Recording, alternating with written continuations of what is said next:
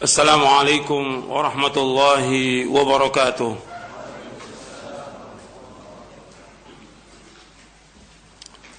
إن الحمد لله نحمده ونستعينه ونستغفره ونعوذ بالله من شرور أنفسنا ومن سيئات أعمالنا. من يهده الله فلا مضل له ومن يضلل فلا هادي له. أشهد أن لا إله إلا الله وحده لا شريك له وأشهد أن محمدا عبده ورسوله. يا أيها الذين آمنوا اتقوا الله حق تقاته ولا تموتن إلا وأنتم مسلمون. أما بعد فإن أصدق الحديث كتاب الله وخير الهدي هدي محمد صلى الله عليه وعلى آله وسلم وشر الأمور محدثاتها وكل محدثة بدعة وكل بدعة ضلالة وكل ضلالة في النار. Ayyuhal ikhwah a'azakumullah, kepada seluruh jamaah yang hadir yang mudah-mudahan dirahmati oleh Allah Ta'ala, dan kepada kaum muslimin dan muslimat pemirsa yang mudah-mudahan dirahmati oleh Allah Ta'ala. Alhamdulillah, kita bersyukur kepada Allah Subhanahu wa ta'ala atas segala nikmat yang Allah karuniakan kepada kita, dan nikmat yang paling besar yang Allah berikan kepada kita, diberikan kita hidayah di atas Islam dan sunnah, diberikan hidayah, ditunjuki kita kepada Al-Quran wa sunnah ala fahmi salaf. Ini merupakan nikmat yang besar yang wajib kita syukuri. Nikmat ini lebih besar dari semua nikmat yang ada, dan kita wajib mempelajari Al-Quran wa sunnah ala fahmi salaf. Ikhwani fi din, azakumullah, ada beberapa hal yang ingin saya sampaikan dalam muqaddimah ini, bahwa kita ini sebagai talibul ilm, sebagai penuntut ilmu, mestinya kita bertanya kepada diri kita. Kita ngaji, kita belajar, kita nuntut ilmu untuk apa? Tujuannya kita belajar ini untuk apa? Ada yang bisa jawab? Kita ngaji ini buat apa kita ngaji? Jawab. Kita ngaji ini nuntut ilmu untuk apa? Menghilangkan kebodohan. Terus apa lagi? Jawab. Kita nuntut ilmu, kita ngaji untuk apa? Kita belajar supaya kita paham apa tujuan kita sih belajar ini. Jawab. Tujuan kita belajar ya untuk menghilangkan kebodohan. Tujuan kita belajar agar kita mengetahui Al-Quran wa sunnah ala fahmi salaf, mengetahui dalil. Kita belajar Quran dan sunnah agar kita menjadi orang yang takut kepada Allah. Kita belajar agar kita bisa mengamalkan Quran dan sunnah ala fahmi salaf. Kita belajar agar kita masuk ke dalam sorga. Nabi bersabda SAW, wa man salaka tariqan yaltamisu fihi ilman sahalallahu lahu bihi tariqal jannah. Barang siapa yang belajar untuk menuntut ilmu, barang siapa yang berjalan untuk menuntut ilmu, maka Allah mudahkan jalan ke surga. Jadi harus kita tahu tujuan kita belajar. Sehingga banyak orang yang menuntut ilmu bertahun-tahun enggak ada faedah ilmunya. Bahkan yang lebih dari 10 tahun menuntut ilmu, belajar. Ada juga yang kuliah sampai gelar S1, S2 sampai dokter. Tujuannya apa dia belajar? Harus tahu. Sehingga kalau kita nggak tahu, kita anggap buat belajar ini untuk dunia. Lah apa bedanya antum dengan orang-orang yang nuntut ilmu umum itu, yang memang tujuannya untuk dunia? Kita belajar bukan untuk dunia, untuk akhirat kita belajar. Ini yang harus kita ingat nih. Kita belajar bahwa kita tujuannya untuk memahami Al-Quran wa sunnah, untuk mengamalkan Quran dan sunnah, agar kita menjadi orang yang takut kepada Allah. Makanya dikatakan oleh Imam Ahmad bin Hanbal rahimahullah, sebagaimana yang dinukil oleh Imam Ibn Rajab Al-Hambali dalam kitabnya Fadlu Ilmi Salaf, Aslul Ilmi Khasyatullah. Aslul Ilmi Khasyatullah, bahwa pokok ilmu itu takut kepada Allah. Jadi kita ngaji, kita belajar, kita nuntut ilmu Bagaimana kita takut kepada Allah Ta'ala. Ini penting. Sehingga dengan kita takut kepada Allah, kita berhati-hati dalam hidup ini. Betul-betul kita berusaha untuk melaksanakan tauhid kepada Allah, menjauhkan syirik. Berusaha untuk melaksanakan sunnah, menjauhkan bid'ah. Untuk bagaimana kita taat kepada Allah dan menjauhkan perbuatan dosa dan maksiat. Takut kepada Allah. Aslul ilmi khasyatullah.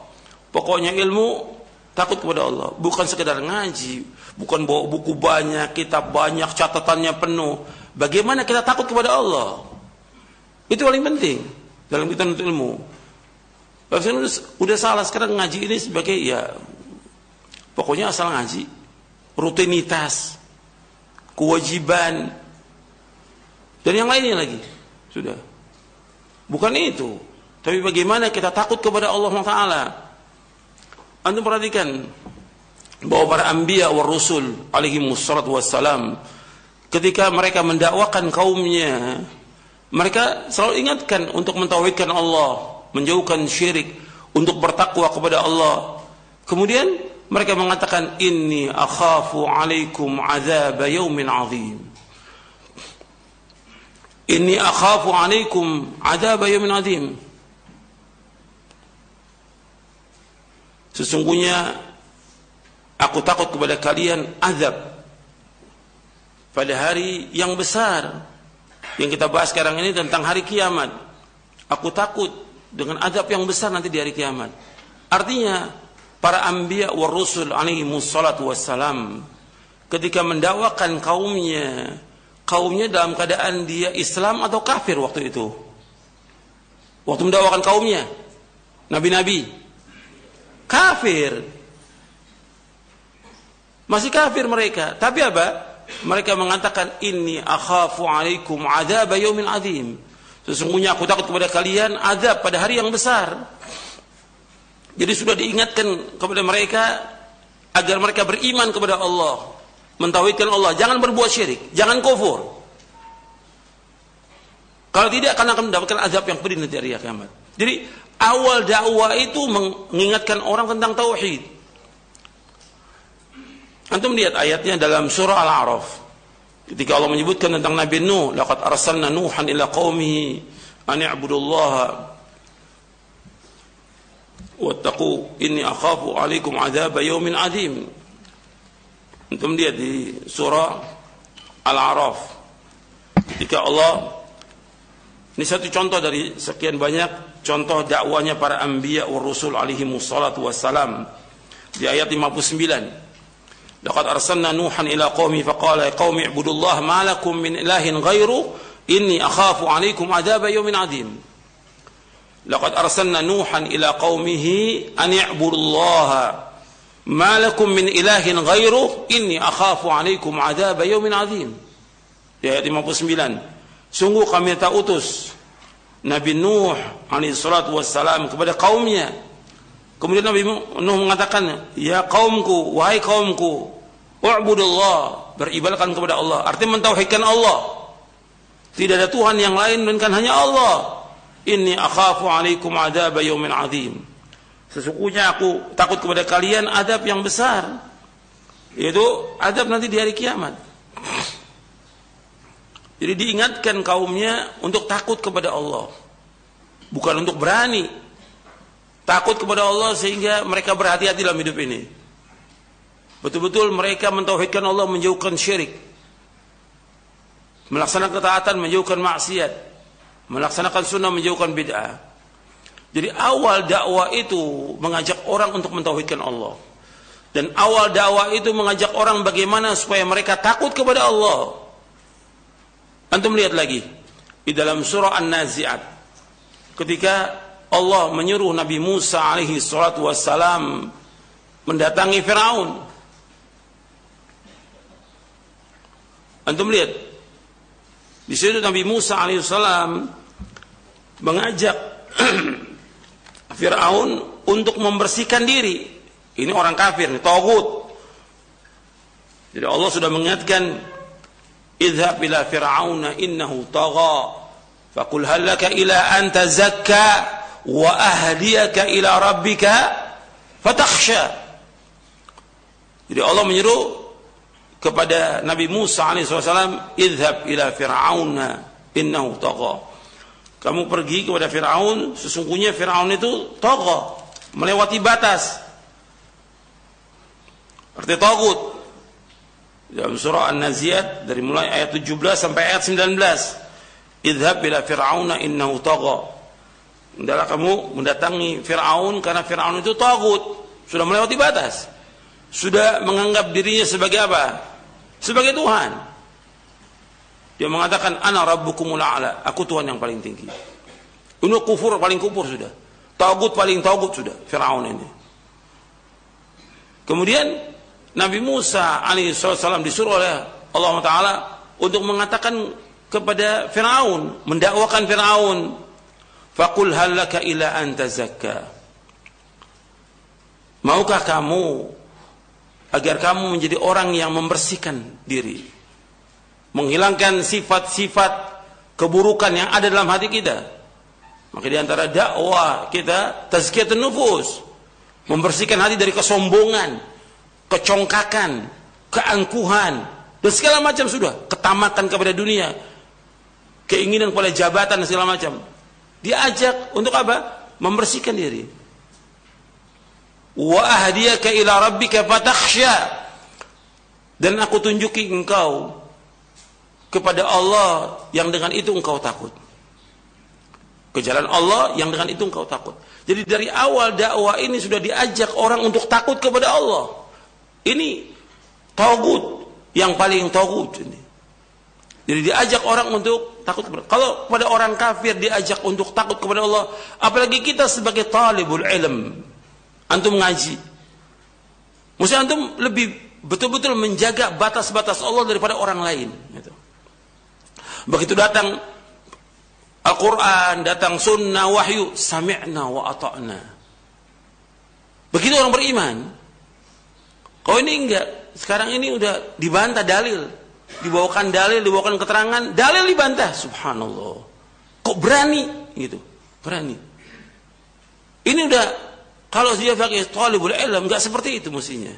Akhlaknya enggak seperti itu, adabnya enggak seperti itu. Dibawakan dalil dari Quran, dari sunnah Nabi yang sahih. Mestinya orang beriman, sami'na wa ata'na. Takut dia. Kalau dia melanggar sunnah Nabi, takut. Ini penting antum tumbuhkan ini yang seperti ini. Kalau sudah datang dalil, antum taat. Datang dalil, sami'na wa ata'na. Dan itu yang disebutkan oleh Allah dalam Al-Quran. Ketika ada perselisihan, bagaimana kita kembalikan kepada apa? Quran dan sunnah. Kalau Allah sebutkan dalam surah An-Nisa ayat 59, fa in tanaza'tum fi syai'in farudduhu ila Allahi war Rasul. In kuntum tu'minuna billahi wal yawmil akhir dzalika khairun wa ahsanu ta'wila. Surah An-Nisa ayat 59. Fa in tanaza'tum, apabila kamu berselisih tentang masalah agama, sesuatu yang kecil, farudduhu, kembalikan kepada Allah, kembali kepada Al-Quran, ila Allah war Rasul, kepada Rasul, yaitu kepada sunnah. In kuntum tu'minu billahi wal yawmil akhir, jika kalian beriman kepada Allah dan akhirat, dzalika khairun wa ahsanu ta'wila. Yang demikian lebih baik dan sebaik-baik akibatnya. Jadi ketika ada disampaikan dalil, ada perbedaan pendapat, bagaimana kita mengikuti dalil? Yang diikuti apa? Dalil. Itu perhatikan tuh. Kalau disebut dalil apa? Al-Quran dan sunnah, apa misalnya? Sami'na wa ta'na. Mesti seperti itu. Ada perselisihan, bagaimana hati kita tunduk kepada wahyu. Allah berfirman dalam surah An-Nisa ayat 65. Ayat 65. Fala wa rabbika la yu'minuna hatta yuhakkimuka fima shajara bainahum. Thumma la yajidu fi anfusihim harajan mimma qadaita wa yusallimu taslima. Demi Rabbmu, mereka tidak dikatakan beriman sehingga mereka menjadikan engkau Muhammad sebagai hakim terhadap apa-apa yang mereka proseskan dengan mereka. Kemudian mereka enggak dapat dalam hati mereka rasa haraj, rasa sempit dari apa yang kau putuskan. Wa yusallimu taslima, dan mereka tunduk dengan setunduk-tunduknya. Jadi kalau sudah ada keterangan, dalil, kita ikuti dalil. Bukan ikuti yang lain, bukan ikuti pendapat orang, pendapat ini enggak boleh. Dalil. Kalau sudah jelas sunnah Nabi, ikuti sunnah Nabi. Nggak boleh ikuti yang lain. Ini penting dalam kita beragama. Karena udah mulai nih bergeser nih pemahaman tentang agama ini. Supaya orang berpegang teguh pada Quran dan Sunnah al-fahmi salaf, mulai ini bergeser sekarang ini. Karena ada perbedaan. Kalau sudah dalil, ikuti dalil. Sami'na wa ata'na. Jadi bagaimana kita menumbuhkan kepada hati kita ini takut kepada Allah. Bukan menolak, bukan sombong. Ini sekarang udah banyak dalam menyampaikan sesuatu bohong, kemudian dibawakan dalil menolak. Ini orang yang pendusta dan sombong ini. Dalam Islam nggak boleh seperti itu. Kan Allah sebutkan dalam surah An-Nur di ayat 51, "Innama kana qaulal mu'minina idza du'u ila Allah wa rasulihi yahkum bainahum ay yaqulu sami'na wa ata'na wa ulaika humul muflihun." Sesungguhnya perkataan orang beriman itu kalau diajak kepada Allah dan Rasulnya, mereka mengatakan apa? Sami'na wa ata'na wa ulaika humul muflihun. Mereka orang-orang yang berbahagia. Mereka orang yang sukses. Seperti itu. Ini penting untuk diperhatikan oleh semua penuntut ilmu dan seluruh kaum muslimin dan muslimat yang mudah-mudahan dirahmati oleh Allah. Kita berpegang pada dalil, kita akan selamat. Kalau kita ikut Rasulullah, kita akan dapat hidayah. Wa in tuti'uhu tahtadu, kata Allah. Kalau engkau mentaati beliau Rasulullah SAW, tahtadu, kalau dapat petunjuk. Kita akan dapat petunjuk. Kita ingin berada dalam hidayah dan tetap dalam hidayah sampai kita diwafatkan oleh Allah Taala. Tetap di atas hidayah. Sebab orang ketika dia sudah menolak sunnah, meninggalkan sunnah, pasti sesat. Antum perhatikan Abu Bakar As-Siddiq radhiyallahu anhu.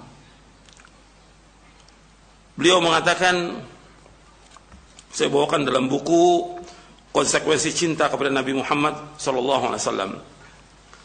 Abu Bakar As-Siddiq radhiyallahu anhu, seorang sahabat yang dijamin oleh Allah masuk surga.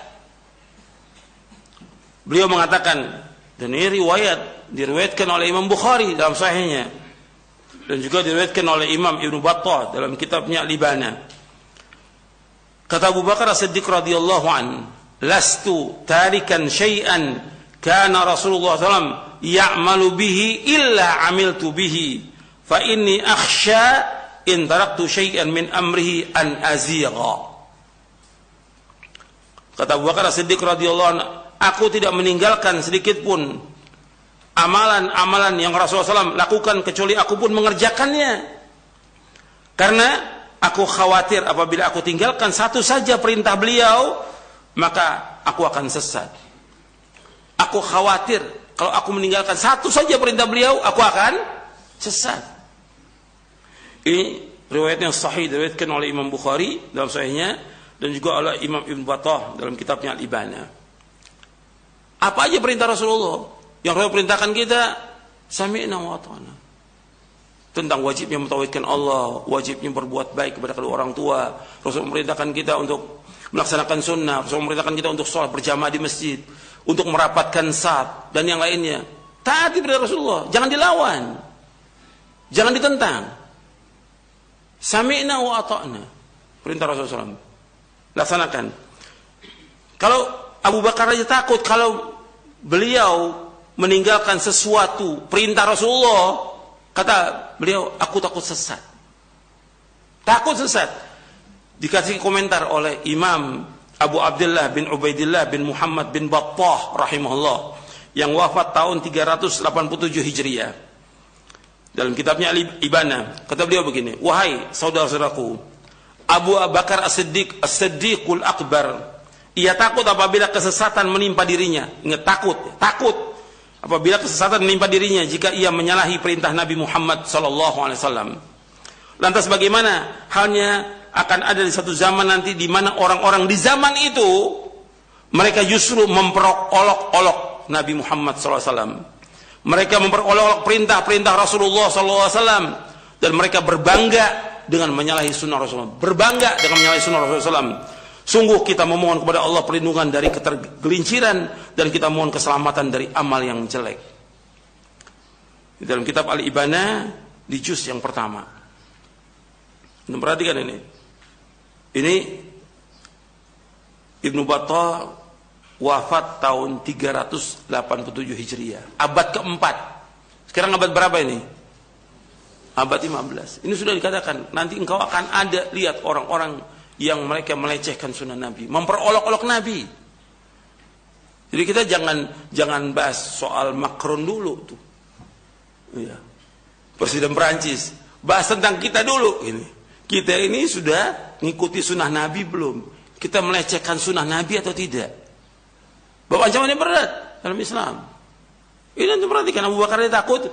Abu Bakar Siddiq radhiyallahu anhu, As-Siddiqul Akbar, yang pasti dijamin sorga sudah, tempatnya di sorga yang paling tinggi bersama Nabi SAW. Tapi beliau takut kalau meninggalkan sesuatu perintah Nabi akan sesat. Maka kemudian dikasih komentar oleh Imam Ibn Battah. Dan juga dengan dasar nas Al-Quran. Dalam Al-Quran Allah mengingatkan kepada kita, beda perintah Nabi dengan perintah yang lainnya. Kalau perintah Nabi, hati-hati antum ketika melanggar.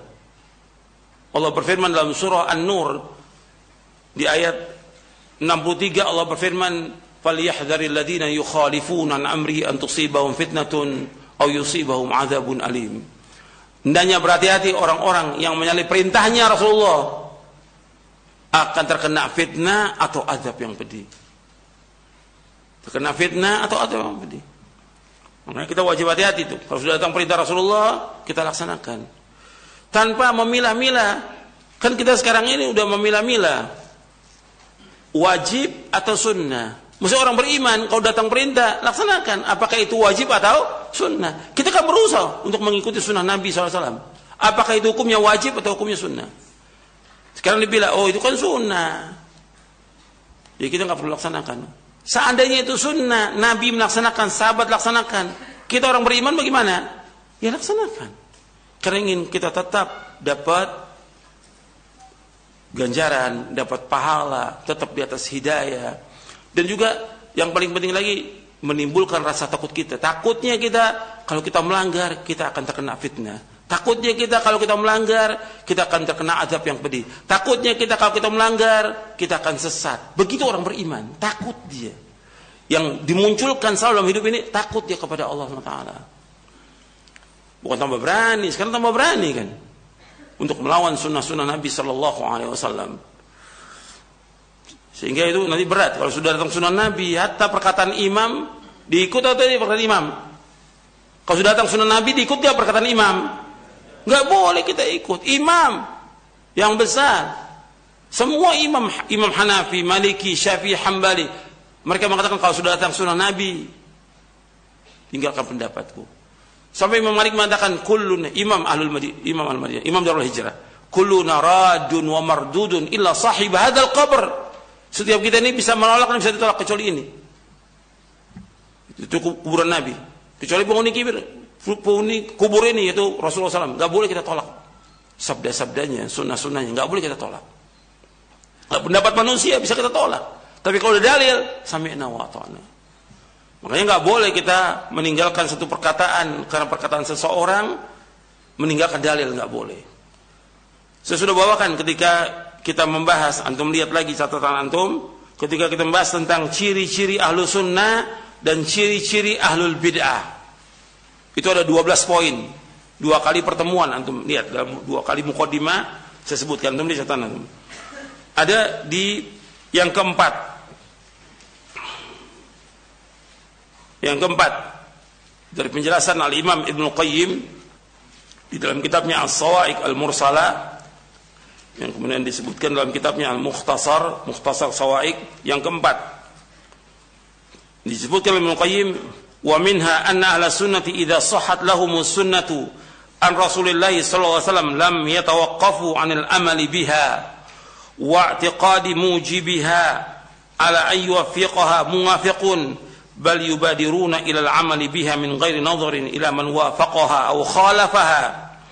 Wa qad nassa asy-Syafi'i على ذلك في كثير من كتبه وعاب على من يقول لا أعمل بالحديث حتى أعرف من قال به ذهب إليه بل الواجب على من بلغته السنة الصحيحة أن يقبلها wa ayyu'amilaha bima kana yu'amiluha bihi as-sahabatu hina yasma'unaha min Rasulillah sallallahu alaihi wasallam fayunzilu nafsahu manzilata man sami'ah minhu sallallahu alaihi wasallam. Qala Syafi'i rahimahullah wa ajma'an nasu ala anna man istabanat lahu sunnatu Rasulullah sallallahu alaihi wasallam lam yakun lahu ay yada'aha liqauli ahadin. Wa hadha min a'zami alamati ahli sunnati annahum lam yatrukunaha idza thabatat 'indahum liqauli ahadin minan nasi kainan man kana. Yang keempat, kata Imam Al-Qayyim dalam kitabnya Mukhtasar Shawa'iq Al-Mursalah, ahli sunnah apabila telah sahih satu sunnah dari Rasulullah SAW, maka mereka tidak lantas berdiam diri dari mengamalkannya. Artinya nggak diam diri, berusaha bagaimana mengamalkannya dan meyakininya. Dia tidak diam.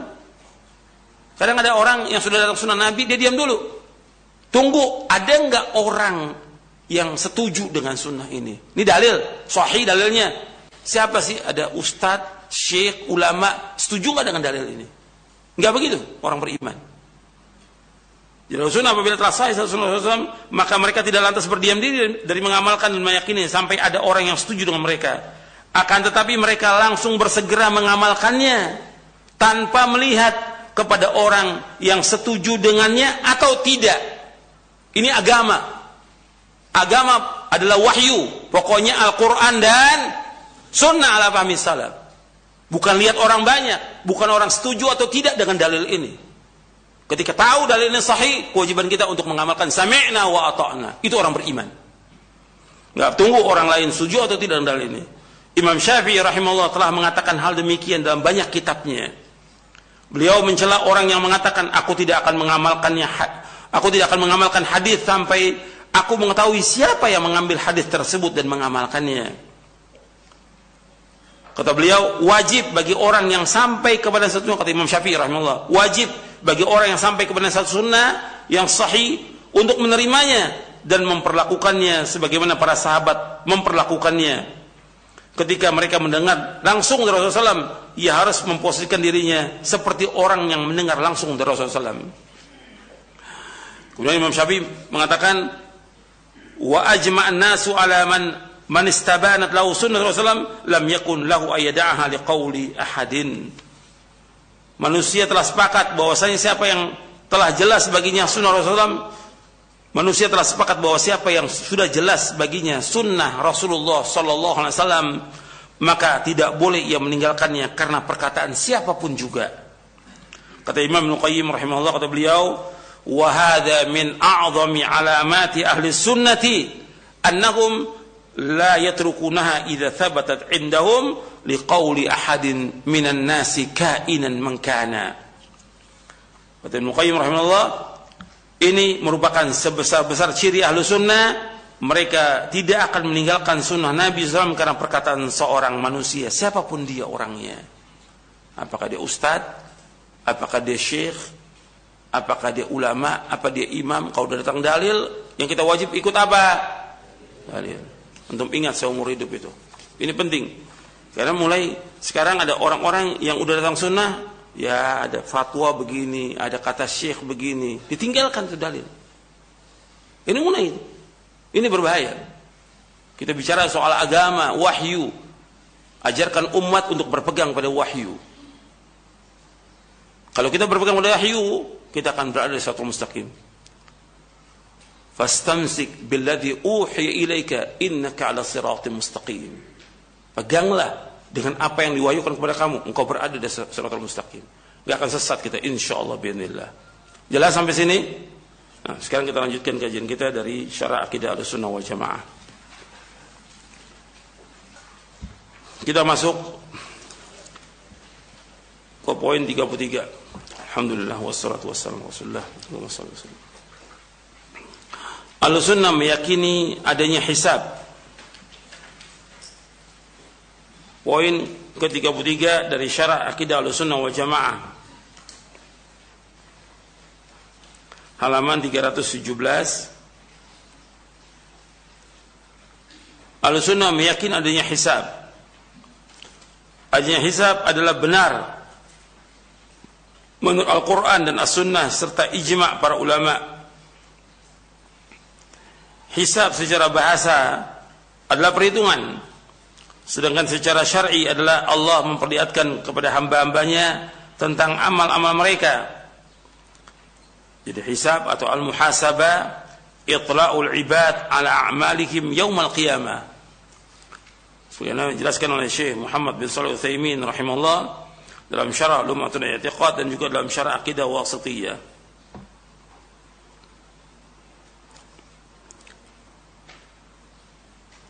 Jadi hisab itu Allah memperlihatkan kepada hamba-hambanya tentang amal-amal mereka, diperlihatkan. Ini hisab namanya. Sebagaimana Allah berfirman, inna ilaina iyabahum thumma inna alaina hisabahum. Sungguh kepada kami mereka kembali, kemudian sesungguhnya kewajiban kamilah membuat perhitungan atas mereka. Artinya semua yang dilakukan oleh manusia ini itu enggak ada yang hilang, semua tercatat. Dan semua akan ditunjukkan oleh Allah ketika hari kiamat. Ditampakkan, dipaparkan semuanya itu. Tentang perbuatan mereka yang baik maupun yang buruk. Akan dilihatkan oleh Allah. Apa yang kita lakukan itu semua nggak ada yang hilang, semua tercatat, semua tercatat, dan semua akan dibukakan. Makanya Nabi SAW dalam sholatnya sering berdoa, Allahumma hasibni hisaban yasira. Ya Allah, hisablah aku dengan hisab yang mudah. Antum bisa baca dalam sujud, antum bisa baca juga ketika tasyahud akhir, Allahumma hasibni hisaban yasira. Ya Allah, hisablah aku dengan hisab yang mudah. Kemudian Aisyah radhiyallahu anha bertanya kepada Rasulullah SAW tentang apa yang dimaksud dengan hisab yang mudah. Maka beliau sallallahu alaihi wasallam menjawab, Allah memperlihatkan kitab hambanya, kemudian Allah memaafkannya begitu saja. Barang siapa yang dipersulit hisabnya, maka ia akan binasa. Saya ulangi lagi. Ketika Nabi berdoa, Allahumma hasibni hisaban yasira, ya Allah hisablah aku dengan hisab yang mudah. Aisyah radhiyallahu anha bertanya kepada Rasulullah SAW tentang apa yang dimaksud dengan hisab yang mudah. Beliau menjawab, Allah memperlihatkan kitab hambanya, kemudian Allah memaafkannya begitu saja. Barang siapa yang dipersulit hisabnya, maka ia akan binasa. Dan orang yang dipersulit hisabnya karena banyak dosanya, maka dia akan diadab. Man nuqisha al-hisaba udhiba. Dalam riwayat Bukhari yang diriwayatkan juga oleh Aisyah radhiyallahu anha wa ardhaha, Nabi bersabda SAW, man nuqisha al-hisaba udhiba. Barang siapa yang diperiksa, dihitung dengan teliti dari perbuatan dosanya, udhiba, dia pasti akan diazab. Sebab itu yang dikatakan nuqisha al-hisab dijelaskan oleh Al-Hafidz Ibnu Hajar Al-Asqalani, al-munaqasha al-istiqsa'u fil muhasabah wal mutalabatu bil jalili wal haqiri wa tarkil musamaha. Kata Al-Hafidz Ibnu Hajar Al-Asqalani ketika menjelaskan hadis ini dalam kitabnya Fathul Bari, beliau mengatakan yang dimaksud dengan al-munaqasha al-istiqsa'u fil muhasabah, artinya dia dihitung dengan rinci, dengan detail dan rinci, hitungan dosa-dosanya itu yang dilakukan seumur hidupnya. Kemudian wal mutalabatu bil jalil wal haqir, kemudian dituntut semua dosanya yang besar maupun yang kecil. Wa tarkil musamaha, tidak ada dimaafkan lagi. Ini berarti kalau enggak dimaafkan. So, nanti ada juga orang-orang dimaafkan oleh Allah, ada. Waktu dihisab ada yang dimaafkan. Makanya selanjutnya disebutkan sifat hisab bagi seorang mukmin, yaitu Allah mendekat dengan hamba-hambanya yang mukmin dan memperlihatkan dosa-dosa hambanya hingga ketika ia merasa bahwa ia akan binasa, Allah berkata kepadanya, aku tutup bagimu dosamu di dunia dan aku mengampuni dosa-dosamu pada hari ini. Maka diberikan kepadanya kitab kebaikannya. Adapun orang kafir dan munafik, mereka dipanggil di hadapan seluruh makhluk, mereka adalah orang-orang yang berdusta sama Allah. Allah berfirman di dalam surah Hud ayat 18, وَمَنْ أَظْلَمُ مِمَّنِ افْتَرَى عَلَى اللَّهِ كَذِبًا أُولَئِكَ يُعْرَضُونَ عَلَى رَبِّهِمْ وَيَقُولُ الْأَشْهَادُ هَؤُلَاءِ الَّذِينَ كَذَبُوا عَلَى رَبِّهِمْ أَلَا لَعْنَةُ اللَّهِ عَلَى الظَّالِمِينَ. Dan siapakah yang lebih zalim daripada orang yang mengada-adakan sesuatu kebohongan terhadap Allah? Mereka itu akan dihadapkan kepada Rabb mereka, dan para saksi akan berkata, orang-orang inilah yang telah berbohong terhadap Rabb mereka. Ingatlah, laknat Allah ditimpakan kepada orang-orang yang zalim. Ini diriwayatkan oleh Imam Bukhari dan juga Muslim dari sahabat Ibnu Umar. Ini riwayat ini semuanya diriwayatkan oleh Bukhari dan Muslim dari sahabat Ibnu Umar. Makanya orang-orang beriman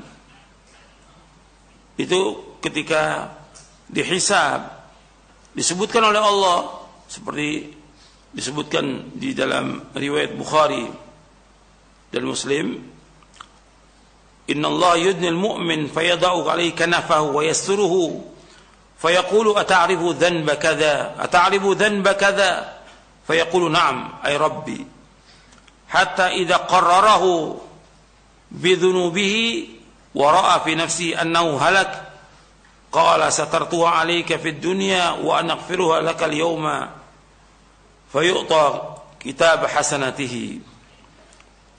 Jadi sesungguhnya Allah mendekat kepada orang mukmin. Ini lafaz hadisnya dari apa yang sudah diterjemahkan di sini. Allah mendekat kepada orang mukmin. Atas Allah meletakkan penutup. Allah tutup, maka Allah kemudian mengatakan kepada orang mukmin ini, engkau tahu enggak engkau pernah berbuat dosa ini? Engkau pernah ingat enggak engkau pernah berbuat dosa ini? Terus diingatkan sama Allah. Ataribu dzanba kadza dzanba kadza, terus menghisab kepada seluruh amal manusia ini semuanya. Jelas yang paling pertama akan dihisab berkaitan dengan tauhid. Kemudian yang pertama kali dihisab berkaitan dengan salat. Kemudian juga yang dihisab pertama kali yang berkaitan dengan darah manusia. Awwalu ma yuqda bainan nasi fid dima'. Yang pertama kali akan diputuskan di hari kiamat itu tentang masalah darah. Itu orang membunuh orang dan yang lainnya. Ini riwayat Bukhari. Ini hubungan antara manusia dengan manusia. Hubungan antara manusia dengan Allah pertama kali salat. Awwalu ma yuhasabu bihil abdu yaumal qiyamati as-shalah. Yang pertama dihisab dari kiamat salat. Kalau salatnya baik seluruh amalnya baik, kalau salatnya jelek seluruh amalnya jelek. Hisab tentang salat. Nanti tentang yang lain lagi dari amal-amal yang dilakukan dalam hidup ini, semua akan dihisab oleh Allah. Makanya kita wajib hati-hati. Semua dosa itu nggak ada yang terluput. Dilihat oleh orang atau tidak dilihat, Allah Maha melihat. Ketika sendiri berjamaah atau di mana aja, ketika mukim atau safar, dilihat oleh orang tua atau tidak dilihat, tetap Allah Maha melihat. Semuanya itu akan dihisab. Makanya kita orang mukmin wajib hati-hati. Orang-orang kafir, mereka itu tidak dihisab sebagaimana dihisabnya orang yang dihitung kebaikan kejelekannya. Untuk melihat di sini, orang-orang kafir mereka tidak dihisab sebagaimana dihisabnya orang-orang yang dihitung kebaikan kejelekannya. Karena apa? Karena sungguhnya mereka orang-orang kafir itu tidak ada kebaikannya. Akan tapi amal-amal mereka dihitung lalu dibiarkan begitu saja dan mereka diadab dengan sebab amalannya itu. Ini dalam akidah wasithiyah. Pada hari kiamat seluruh amalan baik orang kafir akan dijadikan seperti debu-debu yang berterbangan atau seperti fata morgana dan tidak ada nilainya di sisi Allah Taala. Allah berfirman dalam surah Al-Furqan di ayat 23, "Wa qadimna ila ma 'amilu min 'amalin faja'alnahu haba'an manthura." Kami hadapkan seluruh amal-amal mereka, kami jadikan seperti debu-debu yang berterbangan. Artinya orang kafir nggak ada nilainya perbuatan baiknya, Di dunia dibalas. Orang kafir berbuat kebaikan, Allah ini maha adil. Orang kafir berbuat kebaikan, dia menolong fakir miskin, dia menolong orang susah. Ada juga orang kafir bangun madrasah, dia bikin panti asuhan, dia banyak dia tolong orang, dibalas di dunia.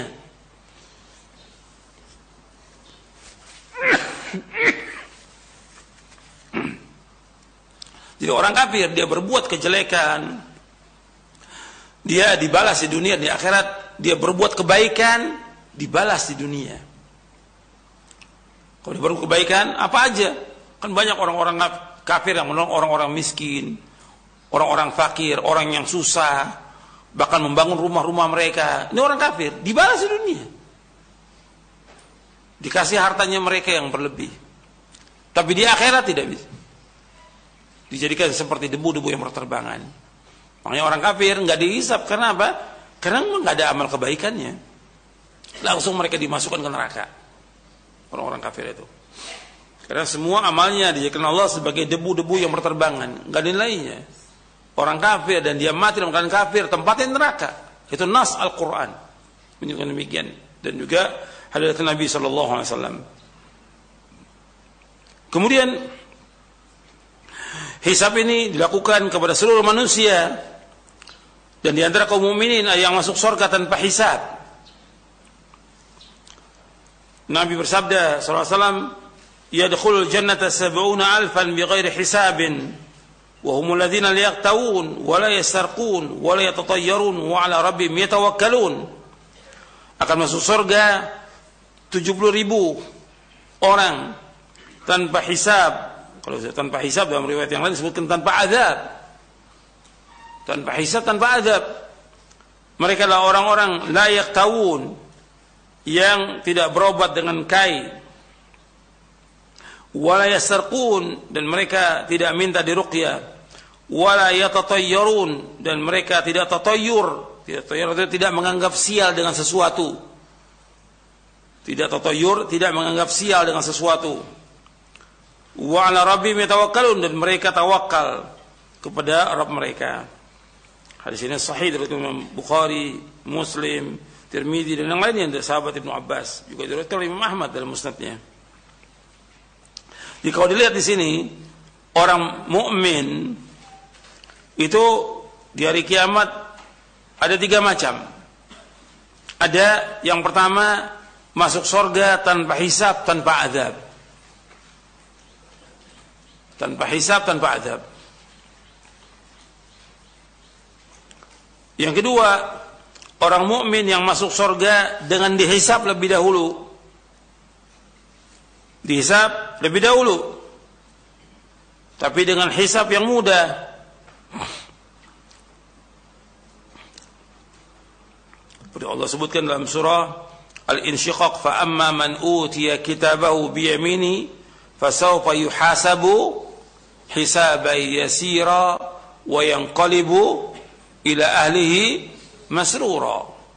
Adapun orang yang diberikan catatan amalnya dari sebelah kanan, maka akan dihisab dengan hisab yang mudah, dan dia akan kembali kepada keluarganya dalam keadaan bergembira, atau kembali kepada kaumnya dalam keadaan dia bergembira. Ini orang beriman.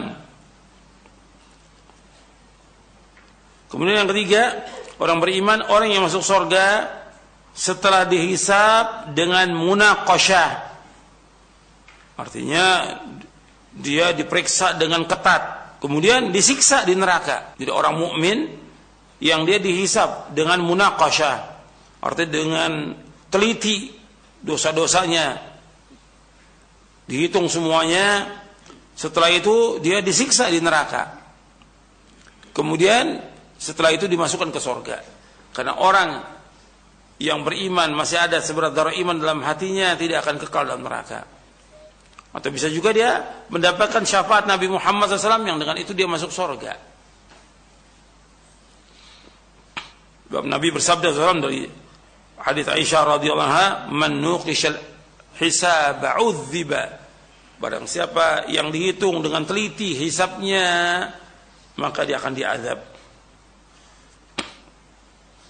Jadi ini 3 orang beriman ini. Yang pertama yang masuk surga tanpa hisab dan tanpa adab. Nabi menyebutkan dari umat Islam ini yang akan masuk surga tanpa hisab, tanpa adab 70.000 orang.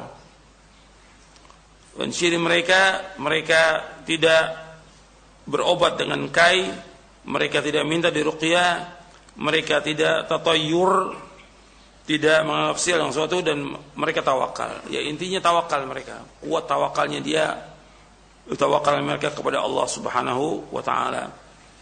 Tentunya kalau bicara soal tawakal ya berbicara tentang masalah tauhid, masalah iman. Sebab syarat iman itu tawakal kepada Allah. Wa 'alallahi fatawakkalu in kuntum mu'minin. Kepada Allah kalian tawakal jika kalian orang beriman. Tawakal. Pokoknya dia bagaimana menyerahkan hatinya itu hanya kepada Allah, bersandar hatinya dengan jujur kepada Allah dalam mengambil manfaat, menolak bahaya dengan menjalankan sebab yang sesuai dengan syariat. Ini berkaitan dengan hisab. Kemudian nanti pembahasan ya, selanjutnya terus dilanjutkan lagi. Yang berkaitan dengan mizan. Kalau sudah ada hisab, ada mizan. Ahlussunnah meyakini tentang adanya mizan. Poin ke-34. Ahlussunnah meyakini adanya mizan. Mizannya timbangan. Ahlussunnah meyakini tentang ditegakkannya al-mizan, timbangan, dan dibukakannya catatan amal. Secara bahasa, arti mizan adalah sebuah alat neraca untuk mengukur sesuatu berat dan ringan. Itu secara bahasa. Secara istilah, mizan adalah satu yang Allah Ta'ala letakkan pada hari kiamat untuk menimbang amalan hambanya sebagaimana yang telah ditunjukkan oleh Al-Quran dan Sunnah dan ijma' salaf. Allah berfirman di dalam surah Al-Mu'minun ayat 102-103, "Faman thaqulat mawazinu faulaika humul muflihun, wa man khaffat mawazinu faulaika alladziina khasiru anfusahum fi jahannam khalidun. Talfahu wujuhahumun nar wa hum fiha kalihun." Barang siapa yang berat timbangan kebaikannya, maka mereka itulah orang-orang yang beruntung. Dan barang siapa ringan timbangan kebaikannya, maka mereka itulah orang-orang yang merugikan dirinya sendiri. Mereka kekal di dalam neraka jahanam, wajah mereka dibakar api neraka, dan mereka di neraka dalam keadaan muram dengan bibir yang cacat. Dibahas tentang mizan dalam kitab-kitab akidah karena ada golongan yang sesat yang menolak tentang adanya mizan, seperti Mu'tazilah. Mu'tazilah mengingkari tentang mizan dan mempunyai 2 daun timbangan, diingkar oleh mereka. Ahlussunnah meyakini dengan dasar dalil dari Al-Quran dan Sunnah Nabi yang sahih dan ijma' salafus salih. Allah berfirman, "Wa kullu insanin alzamnahu ta'irahu fi 'unuqi wa nukhriju lahu yawmal qiyamati kitaban yalqahu manshura. Iqra' kitabak kafa bi nafsika al-yawma 'alaika hasiba." Dan setiap manusia telah kami kalungkan catatan amal perbuatannya di lehernya, dan pada hari kiamat kami keluarkan baginya sebuah kitab dalam keadaan terbuka. Bacalah kitabmu, cukuplah dirimu sendiri pada hari ini sebagai penghitung atas dirimu. Artinya semua dibuka catatannya itu dari apa yang diamalkan, dia kan bisa menghitungnya. Di dalam surah Al-Isra ayat 13 ayat 14. Allah juga Ta'ala berfirman dalam surah Al-Kahfi ayat 49, "Wa wudi'al kitabu fataral mujrimina mushfiqina mimma fihi wa yaquluna ya wailatana ma li hadzal kitabi la yughadiru saghiratan wala kabiratan illa ahsaha wa wajadu ma 'amilu hadira wa la yadhlimu rabbuka ahada." Diletakkan kitab catatan amal, lalu engkau akan melihat orang-orang yang berdosa merasa ketakutan terhadap apa yang tertulis di dalamnya, dan mereka berkata, celakalah kami. Ya wailatana ma li hadzal kitabi la yughadiru saghiratan wala kabiratan illa ahsaha. Celakalah kami. Kitab apakah ini? Tidak ada yang tertinggal, yang kecil dan yang besar, melainkan tercatat semuanya. Semua perbuatan amal manusia tercatat, enggak ada yang satu pun terluput, tidak ada sama sekali. Dan mereka dapati semua apa yang mereka kerjakan tertulis, dan Rabbmu tidak menzalimi seorang pun juga.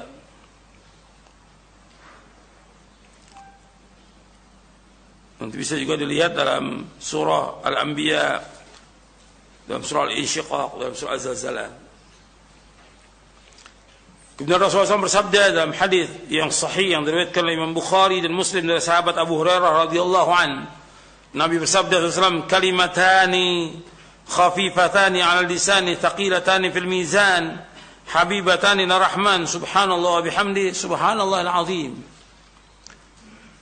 Kalimatani, dua kalimat, khafifatan lisan, yang ringan di lisan, thaqilatani fil mizan, yang berat timbangannya, habibatani ila rahman, yang dicintai oleh Allah Ar-Rahman. Subhanallah wa bihamdi subhanallahil azim. Subhanallah wa bihamdi subhanallahil azim. Subhanallah wa bihamdi subhanallahil azim. Dua kalimat yang ringan diucapkan oleh lisan, berat timbangannya di hari kiamat, dan dicintai oleh Allah, yaitu subhanallah wa bihamdi subhanallahil azim. Kita baca tuh setiap pagi 100 kali. Subhanallah wa bihamdi subhanallahil azim. Di sore hari juga baca 100 kali. Subhanallah bihamdi subhanallahil azim. Ini dua kalimat yang dicintai oleh Allah. Ringan di lisan, berat timbangannya dari kiamat. Kemudian mizan secara hakiki memiliki dua daun timbangan.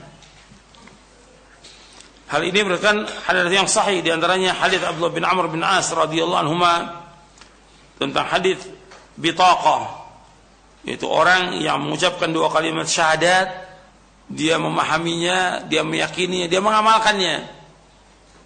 Di samping itu, dia pernah berbuat dosa, banyak sekali dosanya, dan tercatat dosanya dia, satu catatan dosanya dia, satu lembaran catatan itu sejauh mata memandang. Itu dosanya dia. Ini 99 ditimbang. Mestinya dia binasa. Tapi karena dia mengucapkan kalimat tauhid, dia memahaminya, meyakini, mengamalkannya, dan dia tidak berbuat syirik kepada Allah dengan seorang juga, maka diampuni dosanya oleh Allah. Sehingga yang paling berat apa? Timbangan kalimat la ilaha illallah. Fatudau sijillat fi kifatin wal bitaqa fi kifatin fatashatis sijillat wa thaqulatil bitaqa fala yadhkulu ma'asmillahi syai'un. Artinya 99 dosanya itu di daun timbangan, kemudian Allah mengeluarkan catatan, yaitu dia pernah mengucapkan kalimat tauhid la ilallah, dia pahami, dia amalkan, dan dia tidak berbuat syirik. Ditimbang, maka yang paling berat catatan amal itu diletakkan di salah satu sisi daun neraca, dan bitokoh di daun neraca yang lainnya, maka catatan itu melayang, dan bitokoh yang lebih berat. Bitokoh itu tulisannya la ilallah. Maka tidak ada yang sesuatu yang berat timbang, yang lebih berat dibandingkan dengan nama Allah Subhanahu wa taala. Ini hadisnya sahih riwayat Tirmidzi, Ibnu Majah, Al-Hakim dan Ahmad dari sahabat Abdullah bin Amr bin As. Dan disahihkan oleh Syekh Al-Albani dalam silsilah hadits as-sahihah. Iya, sampai di sini dulu kajian kita. Mudah-mudahan bermanfaat. Wassallallahu Nabi Muhammadin sallallahu alaihi wa ala alihi wasallam. Nah, ikhwatal Islam, pendengar Radio Roja dan pemirsa Roja TV, demikian kita simak dan ikuti pemaparan materi yang disampaikan oleh Al-Ustaz di pagi hari ini. Dan untuk selanjutnya kita memasuki sesi interaktif, sesi tanya jawab. Bagi Anda yang akan bertanya, silakan bisa menghubungi kami di 0218236543 atau pesan singkat ke 0819896543. Baik, kami coba sapa dari penelpon terlebih dahulu di 0218236543. Silahkan.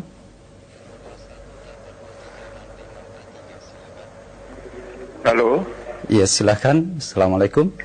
Waalaikumsalam warahmatullahi wabarakatuh. Ya, silahkan. Dengan siapa, dari mana Bapak? Dengan Abu Rasya dari Bekasi. Silahkan pertanyaannya, Pak. Ya, ini pertanyaannya. Oh ya, pertanyaannya itu ini terkait yang 70.000 orang yang di Padang Mahsyar yang memang nanti akan dapat memasuki surga tanpa dihisap dan tanpa diazab gitu ya. Yeah. Nah, itu apakah kita memang ada kemungkinan untuk menjadi 70.000 orang tersebut? Karena memang kalau kita lihat kan kondisinya sahabat memang jumlahnya aja udah lebih dari 100.000 gitu kan ya. Apakah memang kita ada kemungkinan menjadi 70.000 orang gitu? Iya. Gitu aja. Assalamualaikum warahmatullahi Baik, wabarakatuh. terima kasih Bapak. Waalaikumsalam warahmatullahi wabarakatuh. Nah, silakan Ustaz.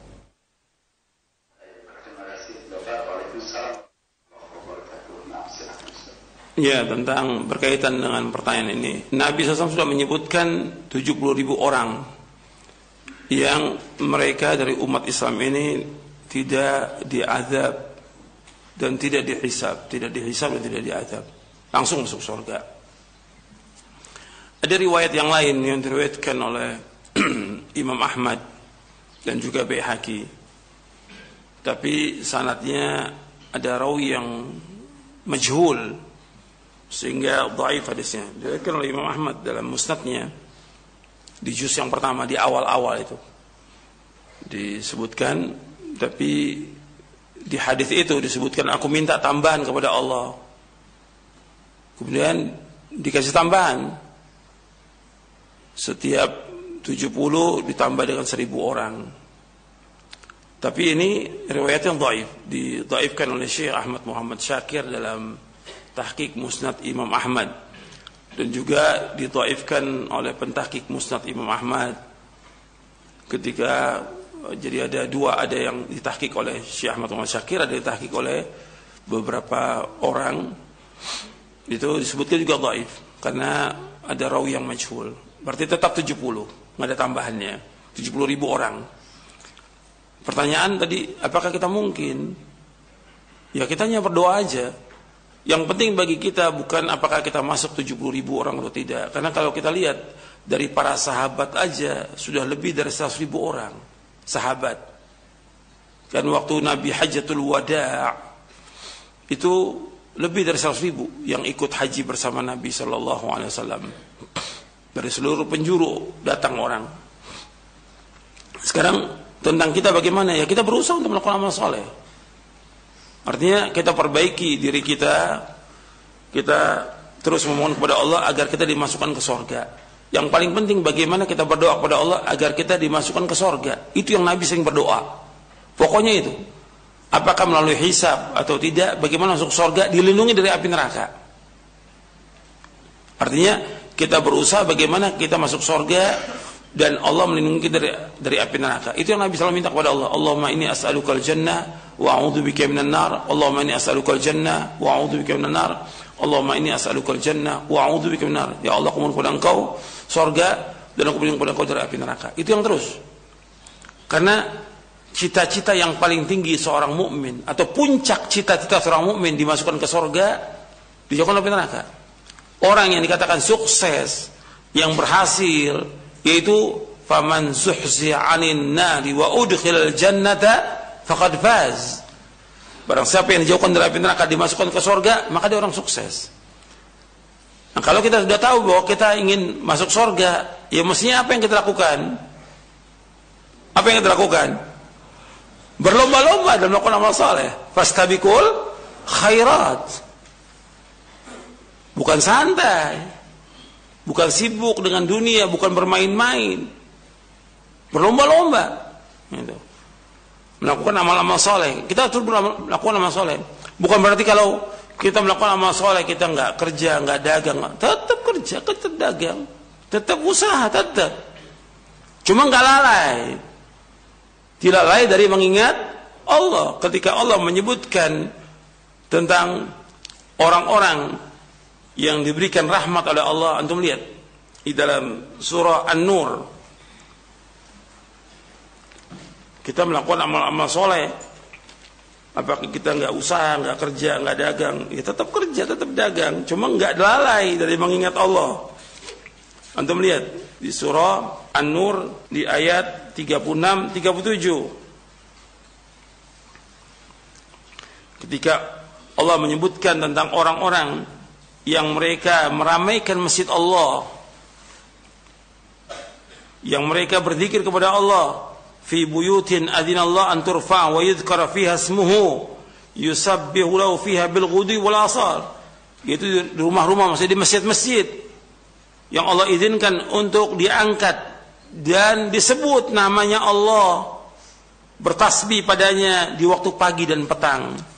Rijalun La tulhihim tijaratun wala bay'un an dzikrillah wa iqamis shalah wa ita'iz zakah yakhafuna yawman tataqallabu fihi alqulub wal absar liyajziyahumullahu ahsana ma 'amilu wa yazidu min fadli wallahu yarzuqu man yasha'u bighairi hisab.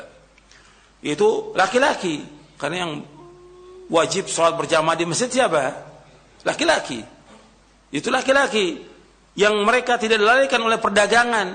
Berarti mereka tetap dagang, usaha. Wala bay'un, dan juga jual beli. Mereka enggak lalai dari perdagangan, jual beli, dari mengingat Allah. Mendirikan salat, mengeluarkan zakat. Mereka takut kepada satu hari yang berbolak-balik hati dan pandangan. Perhatikan mukadimah tadi saya bahas tentang apa? Tentang apa? Takut. Penuntut ilmu harus takut kepada Allah. Takut dia masuk neraka, takut dia dengan azab Allah. Mereka takut satu hari yang berbolak-balik hati dan pandangan, agar Allah membalas mereka sebaik-baik apa yang mereka kerjakan, dan Allah menambahkan dari karunia-Nya, dan Allah memberikan rezeki kepada siapa yang Allah kehendaki kepada hambanya tanpa hisab, tanpa perhitungan. Jadi Allah menyebutkan di sini bahwa orang enggak lalai dia dari mengingat Allah. Dia dagang, usaha, tapi enggak lalai dari mengingat Allah. Tetap mengerjakan amal-amal soleh. Tetap dia sholat, dia puasa, dia keluarkan zakat, dia berzikir, dia ngaji, dia baca Al-Quran, dia nuntut ilmu, menolong orang yang susah. Tetap jalan itu semuanya. Semuanya karena Allah, semuanya ikhlas karena Allah. Bukan mencari pujian manusia, bukan. Sebab nanti ada ketika dihisab itu ada orang-orang, bahkan pertama kali nanti dihisab, pertama kali 3 orang yang dihisab. Antum ingat itu? Hadisnya sahih riwayat Muslim. Pertama kali yang dihisab, pertama kali 3 orang yang semua amalnya soleh, tapi dia tidak ikhlas karena Allah. Yang pertama itu orang yang belajar, nuntut ilmu, baca Al-Quran, dia sama Allah. Kamu dulu belajar, nuntut ilmu, baca Quran untuk apa? Karena Engkau ya Allah. Kata Allah, bohong kamu. Kamu belajar bukan karena aku. Kamu nuntut ilmu, kamu baca Al-Quran bukan karena Allah. Sudah ketahuan demikian, seperti itu, diseret, dimasukkan ke neraka dia. Yang kedua, ini amal soleh. Nuntut ilmu amal soleh, baca Quran amal soleh. Yang kedua, yaitu orang yang bersedekah. Sedekah amal soleh. Ditanya, engkau berbuat apa kamu melakukan amal soleh? Sedekah ya Allah. Semua tempat dia lakukan sedekah. Kata Allah, engkau lakukan untuk apa? Karena engkau ya Allah, bohong. Karena Allah yang tahu hatinya. Engkau melakukan ini karena ingin dipuji oleh manusia. Dan Allah sudah katakan, dia nggak bisa bantah, diseret, dimasukkan ke neraka. Yang ketiga, yaitu orang yang dia berjihad di jalan Allah. Allah tanya, engkau berjihad untuk apa? Karena engkau ya Allah. Enggak. Engkau berjihad supaya engkau dikatakan orang yang kuat, pahlawan, atau apa lagi. Bukan karena Allah. Atau mungkin karena ghanimah. Dimasukkan dia ke neraka dengan sebab itu. Ini hadis sahih riwayat Muslim. Jadi pertama kali itu dia hisab. Makanya hati-hati. Kita berusaha bagaimana kita melakukan amal-amal soleh sebanyak-banyaknya. Dengan ikhlas karena Allah dan ittiba. Ikhlas. Perhatikan tuh, ikhlas. Semuanya harus ikhlas. Dan berlomba-lomba. Jadi jangan kita santai. Sekarang kita hidup ini untuk melakukan amal soleh. Makanya ketika ada orang yang bertanya kepada Imam Ahmad, tapi ini perlu dicek lagi. Wahai Imam, kapan kita istirahat? Kata Imam Ahmad, kita istirahat nanti ketika kaki kita meletakkan pertama kali di sorga. Baru kita bisa istirahat. Kalau sekarang sibuk dengan amal soleh. Kita terus bagaimana berusaha, bagaimana melakukan amal soleh karena Allah. Saya sudah sempat saya bawakan ayat dalam surah Al-Anbiya di ayat 90. Ketika Allah menyebutkan tentang para nabi dan para rasul alaihi wassalatu wassalam, Allah menyebutkan innahum kanu yusari'una fil khairati wa yad'unana raghaban wa rahaban wa kanu lana khashi'in. Mereka para nabi dan para rasul, mereka bersegera melakukan amal soleh dan berdoa kepada kami dengan takut dan harap. Dan mereka khusyuk dalam salatnya. Berlomba-lomba fastabiqul khairat, enggak santai, enggak malas. Jadi kita berusaha sekarang nih. Jangan merasa, oh saya udah ngaji, udah selesai. Cukup, enggak. Apa amal setelah kita ngaji ini, setelah kita menuntut ilmu, setelah baca, amal lagi. Kan Allah menyebutkan, فَإِذَا فَرَغْتَ فَانْصَبْ. Kamu sudah selesai, bangkit lagi, kerjakan lagi amal yang lain, yang soleh. Jangan diam. Kita kan merasa puas. Apalagi orang kalau sudah menunaikan ibadah haji. Udah puas, sudah haji. Pakai titel haji.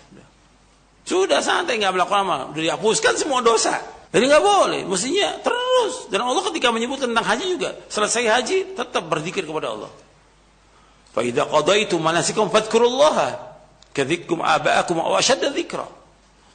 Kalau kamu selesai menunaikan ibadah haji, berzikir kepada Allah. Artinya terus melakukan amal-amal soleh, berzikir kepada Allah, menuntut ilmu, membaca, melakukan perbuatan yang baik, terus jalan, nggak boleh berhenti dan nggak boleh merasa puas dengan apa yang Allah berikan. Dan tetap seorang mukmin hatinya mengharap bagaimana supaya Allah terima amal kita dan Allah masukkan kita ke dalam surga. Ya itu saja. Mungkin ada lagi yang mau tanya, silakan. Baik, terima kasih Ustaz. Jazakallahu khairan jawaban dan nasihat Al-Ustaz. Masih kami coba angkat dari penelpon di 0218236543. Silakan. Ya, silakan. Assalamualaikum Ustaz. Waalaikumsalam warahmatullahi wabarakatuh. Silakan, dengan siapa, dari mana Bapak? Dengan Abu Anas di Bau-Bau. Silakan pertanyaannya Bapak. Begini Ustaz. Karena ada riwayat bahwa Nabi kita SAW ada satu telaga nanti di akhirat nanti ada satu telaga yang sekali minum oleh umatnya kita tidak akan merasa haus selama-lamanya.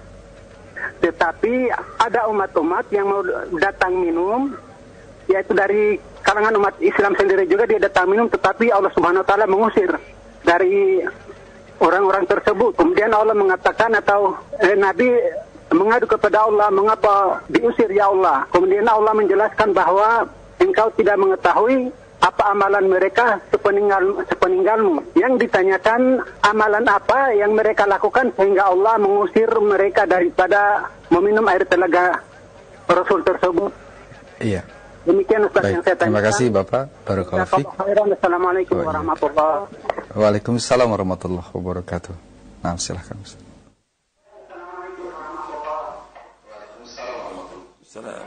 Ini Bapak yang tanya, bukunya punya nggak tuh? Ini pembahasannya untuk pekan depan insya Allah. Itu ada.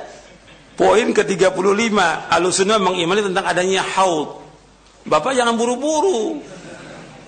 Ini kita ngaji bertahap sedikit-sedikit.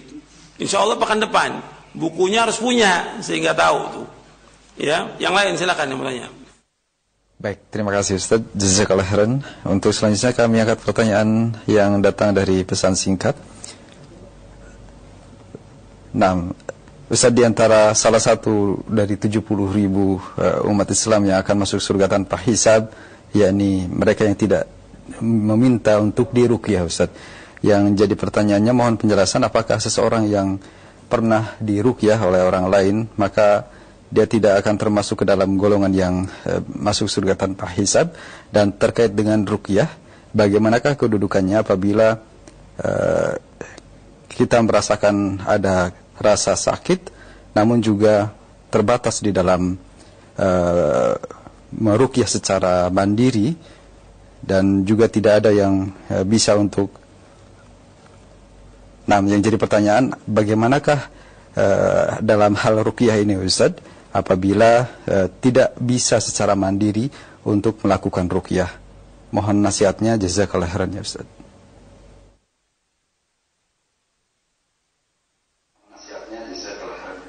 Iya. Tentang masalah minta diruqyah, ruqyah pada hakikatnya dalam syariat dibolehkan. Artinya Nabi menyuruh kita dalam hadis yang sahih riwayat Muslim, "Man istata'a ahadukum ayyan fa'ahu falyaf'al." Barang siapa yang mampu untuk memberikan manfaat kepada saudaranya, lakukan. Ini berkaitan dengan ruqyah hadis ini. Nabi suruh untuk meruqyah yang memang orang itu diruqyah. Artinya apakah dari sengatan binatang atau dia kemasukan jin, dia diganggu oleh setan, itu boleh dan ada syariatnya seperti itu. Sekarang kalau dia nggak bisa meruqyah sendiri, Nabi SAW meruqyah sendiri, sahabat juga meruqyah sendiri. Tapi kalau nggak bisa diruqyah, Nabi juga pernah diruqyah, diruqyah oleh malaikat, diruqyah nggak ada masalah, boleh secara hukum syar'i. Artinya sekarang dia punya kebutuhan, dia nggak bisa meruqyah sendiri, dia minta diruqyah, secara hukum syar'i boleh atau tidak? Boleh, boleh minta diruqyah nggak ada masalah. Dan ini pernah ditanya kepada Syekh Abdul Aziz bin Abdul bin Baz dalam fatwa Nur al-Darb, ketika ditanya bagaimana kalau orang yang dia nggak bisa dia meruqyah, dia minta diruqyah, apakah itu boleh atau tidak boleh? Apakah bisa kemungkinan dia masuk kepada 70.000 orang? Ya kalau dia beramal saleh insya Allah masuk. Tapi kan tadi sudah saya sebutkan, sahabat aja lebih dari 70.000 orang. Yang penting bagi dia bagaimana berusaha untuk masuk surga, itu yang paling penting sudah. Dijauhkan dari api neraka. Enggak usah disebutkan 70.000 tanpa hisab, tanpa adab, tapi yang penting bagi dia masuk surga. Soal masalah tadi ruqyah ada. Nanti ada pembahasannya di buku ini ada. Di buku Syarah Aqidah ini ada pembahasan tentang ruqyah. Jadi antum sabar, insya Allah nanti ada babnya. Kita akan bahas tentang ruqyah. Cuma yang paling penting bagaimana kita mengikuti ruqyah syariah. Karena kalau kita lihat sekarang ini ruqyah banyak yang tidak syar'i. Ruqyah jama'i, ruqyah apa aja sekarang, motor di ruqyah, mobil di ruqyah. Ini jangan-jangan orangnya bukan waras nih, jadi orang gila. Atau siapa aja ngeruqyah juga nggak benar. Orang baru bisa baca Quran udah ngeruqyah orang. Akhirnya lama kelamaan kan timbul, oh ini sembuh. Timbul kebanggaan, timbul kesombongan, timbul keangkuhan. Dan terus seperti itu. Ngeruqyah itu sekali-kali aja kalau memang itu penting. Yang pokok bagi kita nuntut ilmu. Sekarang ada berapa orang yang suka ngeruqyah? Bukan satu orang, udah ratusan. Udah gak pernah ngaji lagi tuh. Udah jadi roqi, gak ngaji lagi dia. Dia tukang ruqyah. Dan sebagian yang dari tukang ruqyah, ya ujung-ujungnya seperti yang saya sebutkan, sakit jiwa. Sakit jiwa. Ini mah fakta loh. Nyata, udah ada seperti itu. Sekarang justru kita bagaimana berusaha kita membaca Al-Quran untuk kita pahami, untuk kita amalkan. Bukan ruqyah. Ruqyah boleh Al-Quran, tapi pokok Al-Quran Allah turunkan sebagai apa? Hudan, sebagai petunjuk. Sebagai petunjuk Al-Quran ini, sebagai rahmat. Agar kita berjalan di atas petunjuk ini, Al-Quran Sunnah Fahmi Salaf. Tujuannya itu Al-Quran. Bukan sekarang semuanya megang Quran untuk meruqyah orang. Semua diruqyah. Anak nakal diruqyah. La haula wala quwata illa billah. Anak nakal. Ya lihat dong bapak sama ibunya gimana. Kan dididik dia, bukan kemudian diruqyah. Jadi sekarang ini mau ngambil yang gampang aja sudah. Semua ruqyah. Apa aja ruqyah. Ya enggak benar. Semua harus dengan belajar, mendidik. Dan itu lama puluhan tahun. Supaya orang ini berjalan di atas siratal mustaqim. Mau ambil gampang ruqyah. Tapi kita ikhwan fillah azakumullah, membaca Al-Quran itu dapat ganjaran. Dan kita harus paham. Karena Allah menyebutkan dalam Al-Quran seperti dibacakan oleh imam tadi dalam surah Muhammad, afala yatadabbaruna al-Quran am ala qulubin aqfaluha. Apakah mereka tidak tadabburkan isi Al-Quran atau hati mereka terkunci? Tujuan Allah turunkan Al-Quran agar orang memahami Al-Quran ini, memahaminya dan mengamalkannya. Dan itu yang disibukkan oleh para sahabat dengan amal. Kalau ada yang sakit perlu diruqyah, boleh. Tapi mereka nggak sibuk dengan ruqyah. Seperti sekarang kan enggak. Bahkan ada tempatnya lagi tempat ruqyah. Ya, BRC, Bekam Ruqyah Center. Oh ini nggak benar dalam Islam. Orang yang seperti itu udah nggak pernah ngaji lagi, nggak pernah nuntut ilmu lagi, nggak pernah baca lagi, udah jauh udah. Dan itu bahaya buat dia. Apalagi udah ada lagi yang sampai dialog dengan jin, oh bangga dengan diri. Benar apa enggak itu nggak tahu. Akhirnya gurur dia dengan dirinya, ujub dengan dirinya, ya sesat nantinya, rugi dia. Jadi ini tetap hati-hati. Mungkin satu lagi Fawas. Ustaz, jazakallahu khairan jawaban dan nasihatnya. Satu pertanyaan terakhir dari pesan singkat kembali. Assalamualaikum warahmatullahi wabarakatuh. Semoga Ustaz dalam keadaan senantiasa dijaga oleh Allah Subhanahu wa taala. Ustaz, apakah benar bahwasanya sulitnya istiqomah bagi seorang muslim itu karena banyaknya dosa yang dikerjakan oleh orang tersebut?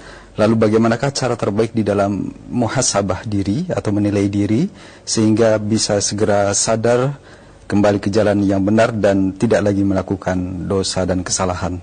Terima kasih atas jawaban dan nasihat Al-Ustaz. Tidak lagi melakukan dosa dan kesalahan. Terima kasih atas jawaban dan nasihat Al-Ustaz. Pertanyaannya panjang tuh jawabannya. Yang ditanya tadi awalnya istiqomah, yang kedua muhasabah. Ini beda di sini nih. Jadi kita ingin istiqomah. Nabi sudah nasihati sahabat ketika sahabat bertanya, nasihati aku dengan satu perkataan yang aku nggak akan tanya lagi kepada orang lain. Nabi menjawab SAW, Qul amantu billah thumma istaqim. Katakanlah aku beriman kepada Allah, kemudian istiqomah. Istiqomah berat. Lagi di zaman sekarang fitnah luar biasa, berat istiqomah. Tapi yang harus antum perhatikan, kita wajib untuk istiqamah. Dan Allah sebutkan dalam surah Hud, fastaqim kama umirta. Adalah kamu istiqamah kepada sebagaimana yang Allah perintahkan kepada engkau. Istiqamah. Ketika bicara soal istiqamah, arti istiqamah di atas Quran wa sunnah al-fahmi salaf. Istiqamah pertama kali, istiqamah di atas tauhid. Tauhid kepada Allah, menjauhkan syirik. Makanya para mufassirin ketika menafsirkan ayat dalam surah Fussilat, innal ladzina qalu rabbuna Allah tsumma istaqamu, sampai akhir ayat. Orang yang berkata bahwa Rabb kami Allah kemudian istiqamah, mereka katakan orang-orang yang mengakui Allah sebagai Rabbnya dan beribadah kepada Allah dan dia tidak berbuat syirik kepada Allah, tetap dalam tauhid. Baru nanti fadilahnya banyak. Tanazzalul malaikatu alla takhafu wa la tahzanu. Dan seterusnya ayatnya itu antum bisa baca. Jadi istiqomah yang pertama kali yaitu di atas tauhid. Menjauhkan syirik. Kemudian istiqomah di atas sunnah, menjauhkan bid'ah. Penting ini, istiqomah di atas sunnah, menjauhkan perbuatan bid'ah. Karena banyaknya perbuatan bid'ah. Karena sudah banyaknya kadang-kadang orang membenarkan perbuatan itu. Berarti itu jelas salah. Tapi karena banyaknya orang, ya dia ikut seperti itu. Kemudian istiqomah di atas ketaatan kepada Allah, menjauhkan perbuatan dosa dan maksiat. Kita wajib untuk menjauhkan perbuatan dosa maksiat, karena perbuatan dosa maksiat berpengaruh pada istiqomah. Ketika dia berbuat dosa, berbuat maksiat, itu menghalangi dia untuk istiqomah di atas jalan yang lurus. Makanya dia berusaha untuk menjauhkan perbuatan dosa dan maksiat. Dan terus dia mengamalkan amal-amal soleh. Karena untuk istiqomah, amal soleh lakukan terus. Tetap amal soleh. Dan meskipun sedikit amal soleh itu, terus jalankan. Kemudian yang paling penting lagi terakhir, doa kepada Allah. Doa. Membaca doa, ya muqallibal qulub, tsabbit qalbi ala dinik. Ya Allah, yang membolakkan hati, tetapkan hatiku atas agamamu. Terus doa itu. Sebab itu yang paling banyak Nabi berdoa. Nabi paling banyak berdoa ya muqallibal qulub. Antum baca dalam sujud. Setiap sujud baca itu. Ya muqallibal qulub, tsabbit qalbi ala dinik. Ya Allah yang membolak-balikan hati, tetapkan hatiku atas agamamu. Terus doa harus diiringi dengan amal. Jangan cuma doa aja. Amal kita bagaimana? Kita minta istiqomah. Betul-betul kita berpegang teguh pada Quran Sunnah Fahmi Salaf. Pelajari, pahami, yakini, amalkan. Itu berjuang. Karena nggak bisa dengan santai. Kenapa? Banyaknya dosa, banyaknya maksiat. Kemudian juga dorongan hawa nafsu. Belum lagi godaan setan, godaan teman yang jelek. Dan yang lainnya dunia ini. Bisa melarikan orang dari istiqomah. Maka hati-hati. Kita harus tetap sabar. Sampai kita diwafaqkan oleh Allah SWT. Ya ini saja yang perlu saya sampaikan. Mudah-mudahan bermanfaat.